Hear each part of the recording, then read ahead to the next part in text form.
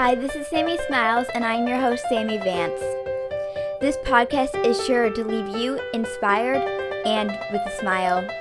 Now let's get right into it.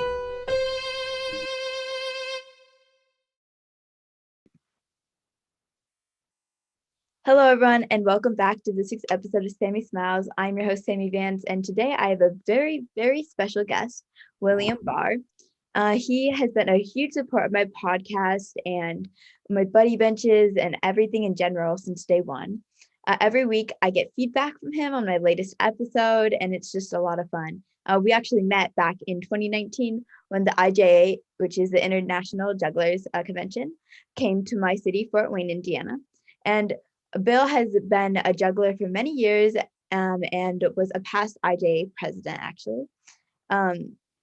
And I'm really excited because this episode is going to be released on World Juggling Day. So you will learn a little bit about juggling and a lot about the juggling community and also about a pretty neat award in this episode. So I'm really excited. Thank you so much, Bill, for joining us today. Well, Sammie, this is beyond a pleasure for me. As you know, I start every week with Sammie Smiles and have been doing that for well over a year. And it really makes my week because it kind of sets me back towards service and thinking about other people. And then it connects me with you. And then I'm just super impressed with what you are doing. When I was your age, I was in middle school, we had junior high, and I was lucky enough to be selected by my speech teacher to be in the plays. And then another thing else, at that time we had the early morning report, and it was written by other people, but I got to be the one in the sound booth delivering it. And so I was, and in those days, you just deliver it to the school, not to the whole world like you do. But it changed my life because it was how I started being on stage and learning the techniques. And so it's really a pleasure for me to share this with you. And the other thing I want to say is that one of the things I'm way impressed with is the range of people that you talk to, which I would call all human beings. And I'm like that. One thing I love about the IJA and juggling is that we relate to all ages of people and all cultures and different situations that open us to the world. Well, a lot of people who are in middle school only kind of relate to middle school people. And the thing that really impresses me, Sammie, is how you treat all of them equally, all of them with respect. And I may get emotional right here, but what really impresses me is how much they treat you like a peer. Because you present yourself that way. That's remarkable. You've got the mayor of your city talking to you like a peer. You've got the lieutenant governor of Indiana talking to you like a peer and suggesting you do some speaking to you. You have, Broadway stars from New York. It's just wonderful. Most adults don't know how to do that, but I think there's just something about you that genders that. And I was that way when I was young because I knew I didn't know what I was doing when I was young, and I knew the adults had more information. So it's a real honor to be here with you, Sammie, and it's a lot different to be on the show than to be watching. It's a lot more fun at this point. Yeah, well, thank you. I'm really honored to have you on my podcast, and I'm so excited for this conversation. So I know you've been juggling for a long time, and I will admit that I am not the best at it, but I still practice and I still pick up like my juggling balls and juggling rings sometimes. So I think that's a lot of fun. And my two brothers have actually gotten pretty good at it pretty fast. And I know juggling takes a lot of patience and practice. So yeah, what did you start? When did you start juggling, and what kind of role has it played in your life? Sammie, I started when I was 11. And I recently rewatched the 2020 IJA benefit show video, and I saw your two brothers juggling. And so I said, well, we taught them to juggle. It's great. So I was 11, and it probably would have been like the summer between sixth grade and seventh grade. In those days, sixth grade was elementary, and then seventh was when junior high started. And I have clear memories of it. I went out in the side yard by my house, which was grass, with 3 baseballs, because I was in Little League and they were very dirty baseballs because we played with them all the time. And I was autodidact. I taught myself. Auto is self and didact is teach. And so I've thought many times, why did I do that? I know my father told me we could be on television, and I have a memory kind of a stand and some kind of a show, but I cannot call up any memory of a juggler in that show. But it seems to me that it's likely that there would have been one, because why would I then go out and do this? Well, in those days, late 50s, early 60s, we just had great physical education programs, as we still do now, but we got, involved with probably 100 different physical activities. Juggling was not one that was in the school, but I taught myself. And it's the one thing that changed my life the most. But I didn't know at the time. So I learned a 3-ball cascade, and then my mother cooked dinner every night. And I thought, I wonder how you juggle eggs. Cool. So of course so I went in and I got a captive audience, Hey Mom, did you ever see me juggle eggs? Well, she was used to a young boy, and she just pretended not to watch. So I juggled the eggs, and I said, this is easy. And I stopped. Caught 1 egg, caught 2 eggs. The 3rd egg came down, hit the 1st egg, crack, egg yolk all over my hand. My mother just kept cooking. She didn't. I thought, I guess there's more to this than I thought. So I thought about it. So, no, just don't let the 3rd egg hit the 1st egg. Keep them separate. And I never broke another egg yolk again. And then I didn't see another juggler until I was 28. I learned under the leg and how to pass 5 balls with 2 people. And then I taught myself potatoes on a potato shed when I was working. And then after nursing school, I taught myself, again, autodidact, how to do what I now know are called clubs, but I didn't use clubs. I had little plastic bowling pins. They're very light. They weren't, and I taught myself on the patio how to do it. And so I wasn't really around other jugglers, and I learned to do 4 until I was 28. I was in San Francisco, Bay Area, and juggling was kind of coming up. This was in the 1970s. And that's when I get around other jugglers. And I was in a park, and I was waxing poetic about how great juggling is. And this guy said, you should join the IJ. What's that? It's the International Jugglers Association. So I joined in 1976, and I got my little newsletter, which was mimeographed.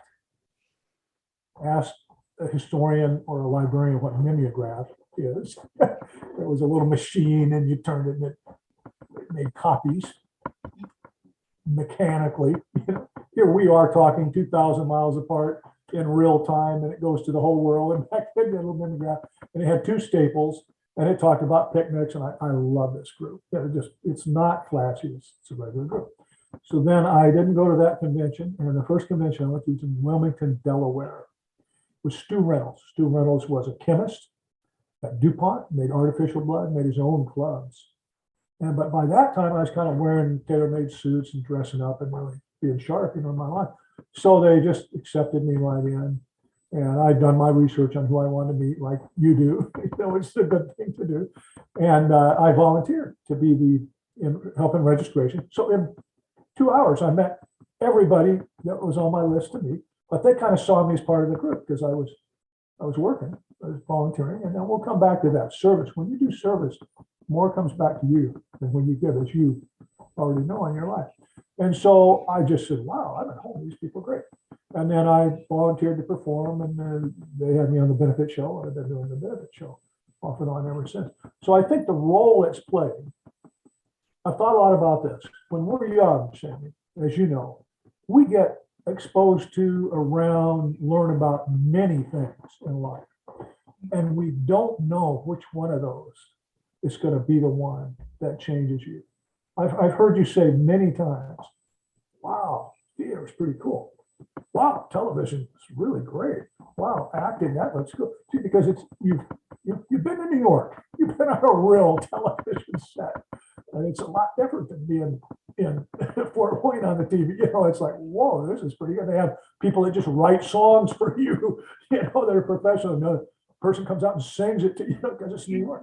And so you've been around that, and it plants some seeds, and I see that. But at the same time, you've been in Lieutenant Governor's office all day. and she treated you really well. I love that interview. It's one of my favorite because she really means it. She understands you're the potential match.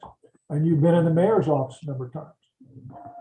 And they see you as a potential, person. So you've had a number of opportunities.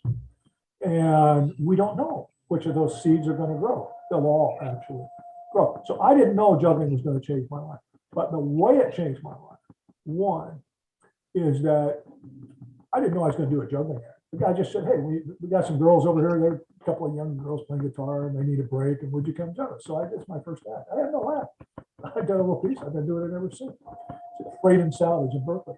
And then I got a job to perform at a huge trade festival in Sacramento, 600 vendors, vetted. I mean, it was a big deal. And, I wore my suit, but I didn't have an act. 2-4 acts. So I made up something. Well, I've been performing ever since for 44 years.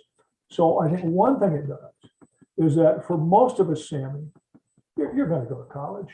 It'll be a big decision where go to Indiana University or maybe should I apply to Stanford. I was just talking to a woman yesterday. She graduated from Stanford. She's at Princeton, one of the 2 best universities in the world, and she's a juggler. And maybe you'll meet her. Well, so you'll have to decide where to go, but you're going to go, and you'll have to decide what to do. But then the real decision comes: what your job going to be and why? Well, Sammie, most of us who got lucky and kind of got born with the gifts, we didn't really get these. We're born with them, we grow them. We're around the same kind of people. You're around service people. You're around people who can handle themselves. You're around people who are undaunted at being 12 years old and having an international project. We tend to gravitate towards those people because they're like we are. Well, with juggling, I can relate to the whole world. I can relate to everybody. I can meet the Vance family and we get along. Your father, who's like 6 foot 1,000, one of a few people taller than I. He's just very wonderful man. Your mother's so kind, and then your brothers, and then your little sister. But because I've been a juggler and we can relate to all those people, and we can go to the Boys and Girls Club and relate. So one thing it did is allowed me to use my talents. I liked acting, but I like being me. And as a juggler, I write my own act. I write my own script. I wear the clothes I want, and I present myself as Bill, but Bill the juggler. So I take on my persona, but it's still me. I like being me. And so that was a good part of it. It gives me an opportunity to do service, to use my talents. And when for a while, I had a manager, and I'd be backstage reading books by Oxford University Press. It's really the most intellectual juggler. That's why. So I said, well, juggling's not serious enough. So I went to grad school, and I didn't perform for 6 years. And I was, because in grad school, I got to read 30 books in 10 weeks. Well, I was only 20. Yeah. So I came back to Richland, and somebody saw me and said, hey, will you perform? And I said I would. I didn't rehearse. I didn't prepare. And I was doing walk around, and I'm doing the cascade, and I looked through Sammie, and there was a little boy smiling. And I thought, there's something more serious than this. Something more important than bringing happiness to people. It's a gift. It's a talent. I don't know why I have it. I don't know why I should be juggling, but I don't have the right not to use it. So I've just performed ever since. Because what is your theme? What makes people smile? And just recently, I did a show where there's a kitty smiling. I took a picture. Okay, so the second, so bringing happiness to people. Juggling has given me a vehicle. And then number 2, friendship. Most of my friends I went to grade school with, junior high, we stayed together. But the group of people that I had the most, it's still my friends after 40 years, are Bob Nickerson and Jenny Rose and Tom Dewart. They all come from the juggling world. And so it's given me a whole lot of relationships with people who are like I am, people like you. You and I have a relationship. We know each other because of juggling, Sammie. And it's great, because how would I meet, Sammie in Fort Wayne? How would you meet Bill in Richmond? But we have then kept up our friendship and the friendship with your family. So that's the second thing it's done. It's given me a whole lot of opportunity to interact with like-minded people who are creative, and who are service oriented. That's the key. Definitely, yeah. And I definitely, sorry, what? That's a pretty long answer, but I've had a lot of years to do things. Anyway, go ahead. I love it. Yeah, and I'm all for it. And I really appreciate the answer. And my side of the story, like a few years ago, I was invited to the IJA convention, and I was really impressed with how talented everyone was and how friendly they were, and just how big of a, it was like all one big community. We went in one day and then came out as if we were a part of the juggling family, and I think that's really cool. And it just felt like I'd known everyone. And I think what's really cool is I've been able to stay in contact with some of the people as well. So I think that's just really cool. And I'm going to skip the question about a little, you can like answer a little bit about what IJA is in a few minutes, but you kind of answered a little bit about that in the last answer. So when, Would you stand up and show everybody your IJ? oh yeah, yeah, while we're at that. Wearing the t-shirt. I'm wearing the t-shirt that I got that year of when I was invited to the IJA convention. Yeah, and I love that it still fits me, and I wear it as well. So I love that. Thank you for what you said, Sammie, about our inclusiveness, and you went in one day and you came out as part of the family, and you are part of it. Okay. Yeah, I love it. Thank you. So when you contacted me back in 2019 to speak at the juggling benefit show at our local Boys and Girls Club, I was really honored, and it was a really neat experience being able to talk to a bunch of the kids in my community, and also I got to watch a really neat juggling show with many different acts, and I thought that was really cool. I love that we were able to get a buddy bench in the Boys and Girls Club as well in honor of our visit, and we just went back there a couple of days ago and got to see the buddy bench again. That was really amazing. So has a benefit show always been a part of the IJA convention? Yes, it has, Sammie. The juggling kind of started around 1900 is in vaudeville. I mean, juggling's been going up 2,500 years. You have pictures of Egyptian women juggling and artwork of them. But it really kind of came up with minstrel shows, but then in vaudeville, that's when the club passing and everything started. The IJA started in 1947, the year I was born, so we're the same age. And it was because with movies, they still kind of had vaudeville. Once movies and then television was coming and World War II was over, vaudeville was and the jugglers weren't going to be able to work. So they formed the International Jugglers Association in Pittsburgh, Pennsylvania, at another kind of performers convention. They had tried to form it in the 30s, but nobody would form a group because they didn't want anybody stealing their act. But now, not. So I've read the publications, Roger Mantanen's Jugglers Bulletin. I've read the old ones. They're online. And there's a line in there about the first convention in New York. And it was a picnic. And it said, and the hospital shows. And it's plural. And I've seen the pictures of those guys. They all wear suits and ties, and they're married. It's 1947. So then I've read each report from each picnic and convention since then, and they always did a benefit show. And so, yes, it was part of it from the very beginning to give back, to do service. It was Art Jennings was one of our 8 founders, and I was around him many times. We both served on the board at the same time. And of course, I was much younger than he was, but service was always part of it. So then I don't know whether it was there every year until 77, but I know when I came in then in 1977, as I said, in Wilmington, Delaware, Stu Reynolds was also a very civil cultured man, and he had made sure we had a benefit show. And so I think there were many of them before I got involved. And so I volunteered to be on it. I performed, and then I performed on it for, I went to 8 conventions. So I just kept being the director of it. I wasn't the director the first time, but then I said, this is good. I like it. And Sammie, I was a registered nurse. And one of my people that I looked up to, one of my heroes in performing, is Bob Hope. And Bob Hope always did lots of benefit shows and always went overseas and performed for our troops. And so I was doing already a third of my shows in San Francisco were benefit shows, mostly for older people. I was about 35, 30.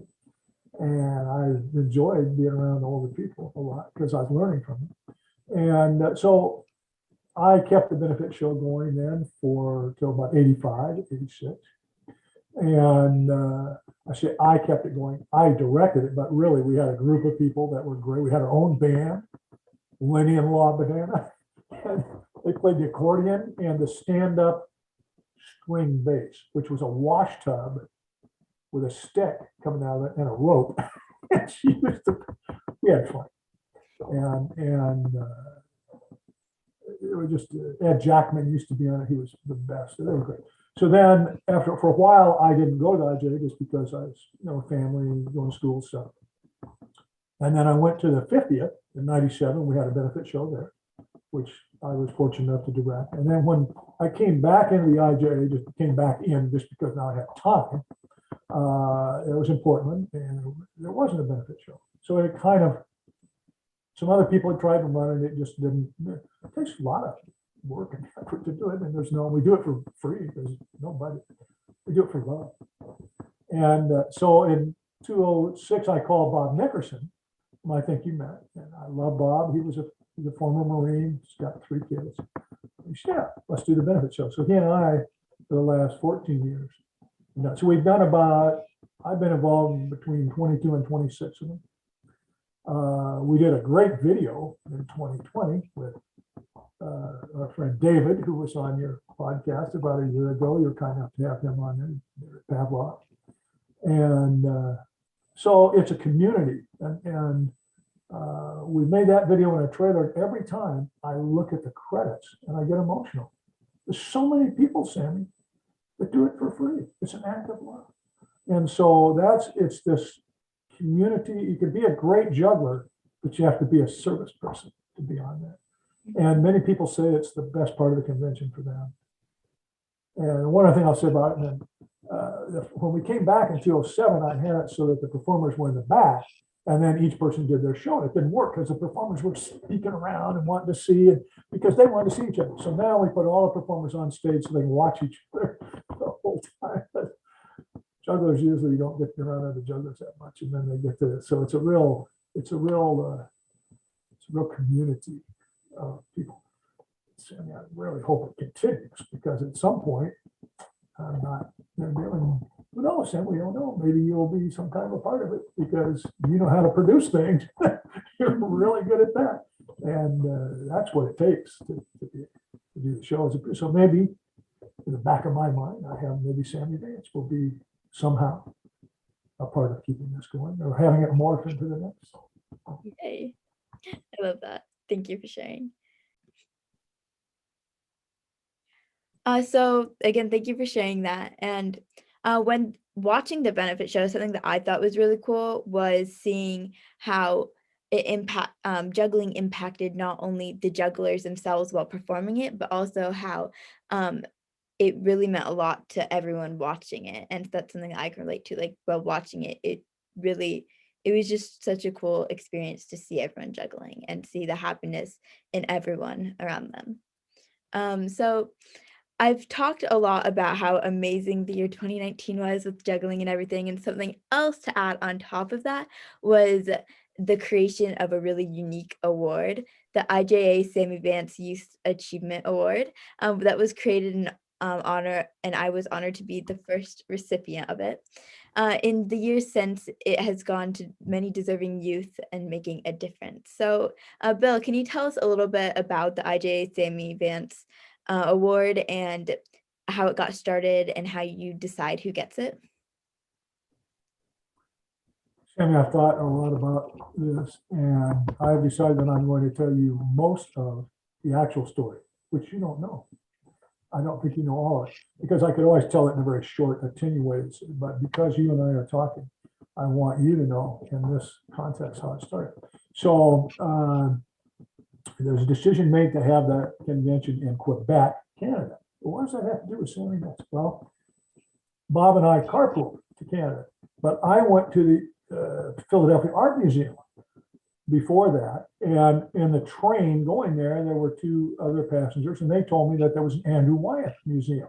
So again, since what does this have to do with something? So when we came back, we had a couple hours. I said, Bob, what do you say we go to the Andrew Wyeth? Sure, let's go. So we went to the Andrew Wyeth Museum. Well, Andrew Wyeth has been deceased, but his son Jamie is alive. And I said, I'm going to make it one of my goals to meet Jamie Wyeth. He's a very famous artist. So I walked in the next room and there was Jamie Wyeth. It's one of the quickest goals I ever met. So later I came back and there's a mountain here. So you'll see how that connects. Badger Mountain. And I used to go up once a week, 3 times a week. Well, okay, I got other things to do. So I said, I'm going to go up once a month. So this is exactly how this award started. It was January 31st. It was a gray, steel, overcast day, cold. I really didn't want to go up there, but I made a decision. So I'm up on the mountain, on the top. Very few people. I'm coming down. There's a lone woman coming up, and we're going to meet each other. So I said, it's a beautiful day, isn't it? That was gray. It was overcast, but I met it. And she said, yes, it looks just like an Andrew Wyeth painting. I went, what? How does she know Andrew Wyeth? He's not commonly known. That's how I met this woman. And her name is Michael. It took me a long time to learn that name. Anyway, so we kind of got to be acquaintances going up and down the mountain. And she told me about her family. I won't go into all that, but we would send videos back to each other of positive things because she had 2 young girls and was trying to get them into service. And so one Friday I get an email. Now we're getting closer to sending email. And it's about a young man who does things with wetlands. And I was kind of interested in that. So I clicked on it and I'm watching this young man, I believe from California, about wetlands. And the next thing I see, he's going to Fort Wayne, Indiana. What? Why would he be going there? And our juggling convention is going to be in Fort Wayne, Indiana, a place I hadn't heard of. So what is this? So I look next thing, there's Sammie Vance. So that's how I found about you. So it's a very, there's a lot of connections here. And so I read about you. I looked at your videos and stuff, found out about the buddy benches. And I went to bed. I was in bed and I thought, we should give her an award. Just like that. That's what happened. And we, in the IJA, we had a situation where people thought we should initiate awards. So we had long had awards in the IJA. And so, but we didn't have anybody for anybody who wasn't in the IJA. I said, no, we should honor the city where we're in. So the next day I get a hold of Heidi's, your mother's email. She sends me right back. On Monday, we're talking. I mean, it's because she responded. Most people don't. She responded. Well, I had to make sure you were going to be there. I didn't want to give it to you if you weren't there. Oh yeah, she'll be there. So then we had to get the board to agree to it. So I emailed her, oh yeah, the board meeting's in a couple of days. Just fell into parts. So I pitched it. They agreed to do it. We gave it to you. So it wasn't planned. It just happened. And I made a decision that I wanted it named for you because it was engendered by you as a person. It's not a generic word. It's about human beings making choices in their life to do service. And I made a decision, and the board agreed, and then we had a little committee of people that it should be young people who are doing extraordinary service, which is what you do. You actually start things, you actually make things, you follow through. And so that's our criterion. And of course, then the pandemic hit, so we weren't very particular about who we pick. We have a committee of 7 people, and we all have to be unanimous about it. And I spent a lot of time researching people. We did pick 3 people who are already in the IJA because we weren't going to a horse city. And then actually, Victoria, we got on your podcast. And it was really when she was from Pittsburgh that, okay, she's from where the IJA was founded, and that's the 75th. But we don't give it just to give it. It has to be somebody who is really, and what our motivation is that, the world is changing very rapidly. And Walt Whitman said, each generation is fittest for its time. And so really what we want to do is build a community of young leaders who are really doing this. And you live in a time when the world's open to you. Look what we're doing. You're having an international impact sitting in your house. You have the tools there. And me, I can participate, but it's not my world like it's your world. But the power, Sammie, is the interaction between the generations. The graybeards, the gerons, it's a Greek term. I call your generation the global generation, because you think globally, you act globally, you think about all human beings. And so just because we've got a little more experience, I think the motivation is to kind of bring those people together, you see, but we learn from each other. I learn a whole lot from you. That's why I start every week. So that's what we're trying to do, is encourage those people, lift those people up, and it's about service. Thank you for sharing, and I love that. And I'm so, again, honored to have received this award, and it brings light to my day when ever it's brought up, and I really appreciate it. So thank you so much. And you bring light to my day every day. Same goes for you. So thank you. And as I've gotten to know you through the years, we've stayed connected, and you have spoken often about the importance of doing not just saying, and like leading a service-filled life. So can you speak a little bit about what service plays in your life, just a little bit? I think it's in life in general, Sammie. There's about 8 billion people in the world. There's been about 100 billion people, give or take, of Homo sapiens, and we all come with a psyche, a soul inside of a human being, and we better take care of ourselves. We have to eat, we have to dress, we have to have self-interest. That's how we stay alive, and we do that in a community, in a family, because we're not able when we're young, but then we start to take more and more responsibility. But within that, some people are very self-oriented, and they think that's the way to go. And I think that is understandable, but then there are other people who get their enjoyment from life, from service, from a community, for being interested in other people's well-being. And I think they understand that everybody's well-being is tied together. And so I think that service with other people and for other people is really one of the keys to a sense of well-being and happiness. And I find that I get along much better with you, and then the remarkable range of people you have on this podcast. Which I was telling Sonia about this podcast, and I said, well, they're all doers, but they're all service people. It doesn't matter what age or where they live or whatever. And so I think I would encourage young people, and I want us to work together, Sammie, over time, to have workshops or to have ways to communicate to people that this is the answer. This is the way to go. Think about other people that comes back. That's what makes you happy.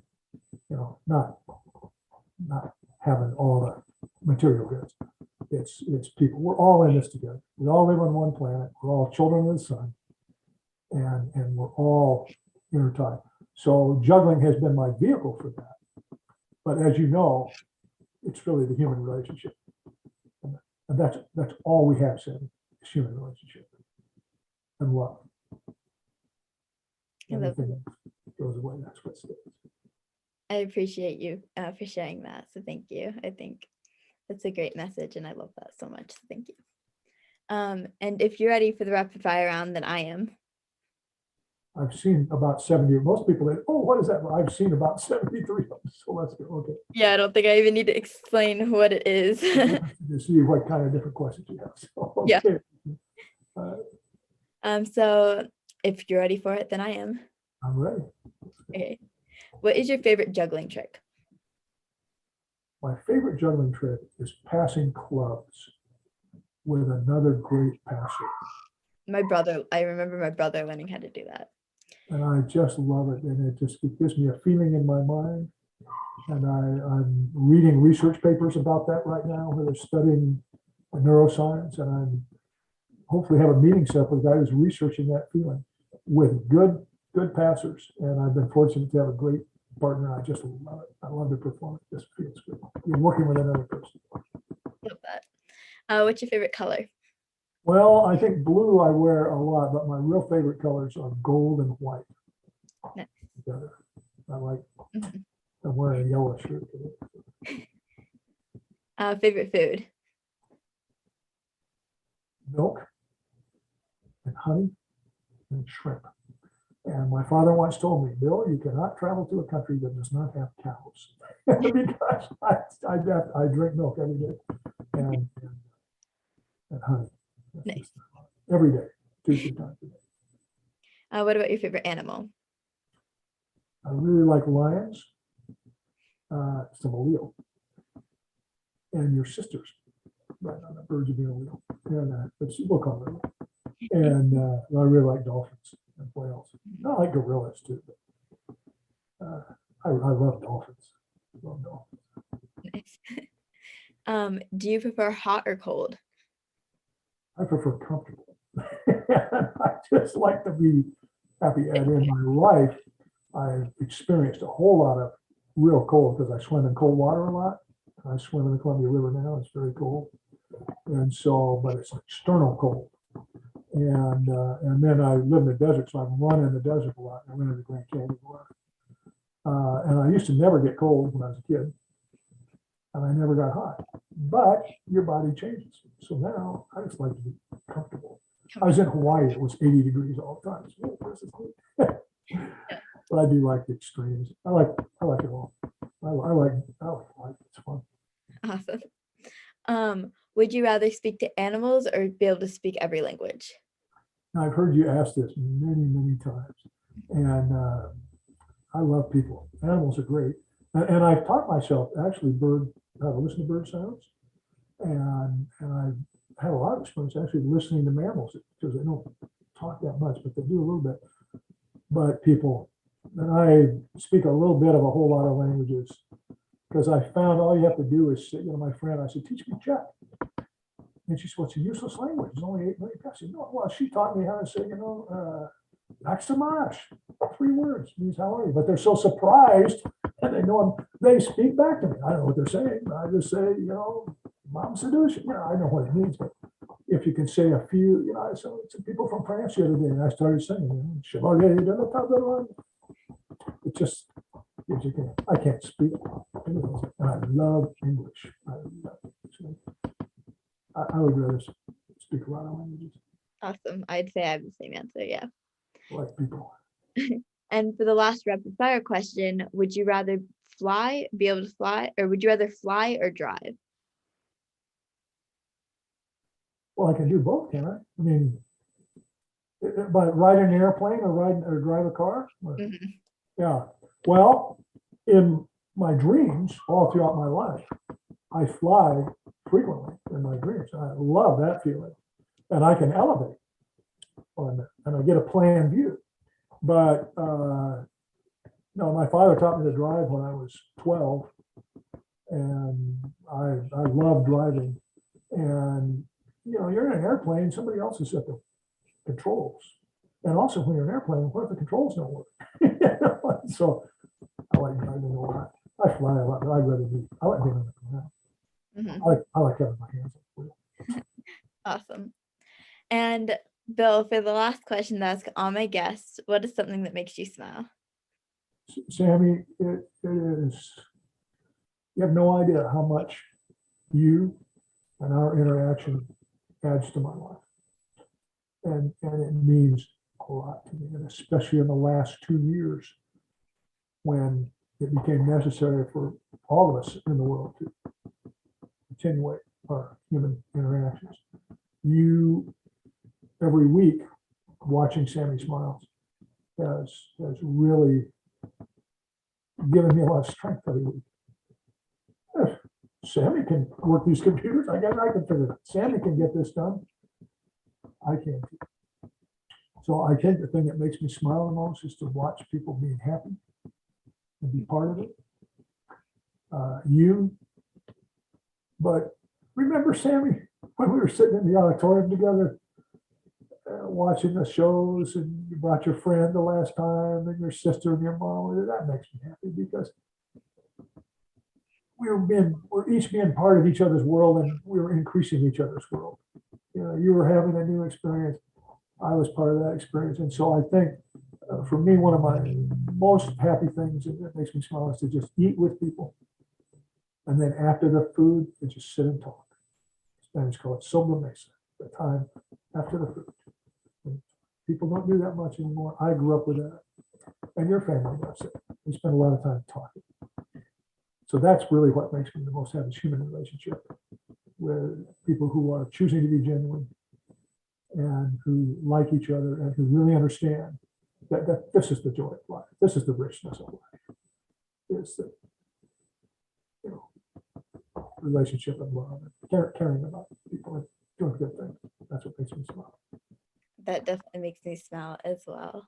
Thank you. So yeah, thank you so much for being on my podcast. This was such a fun conversation, and I'm really excited to put it out there for the world to see. Happy World Juggling Day, Jugglers Day, for when this is coming out.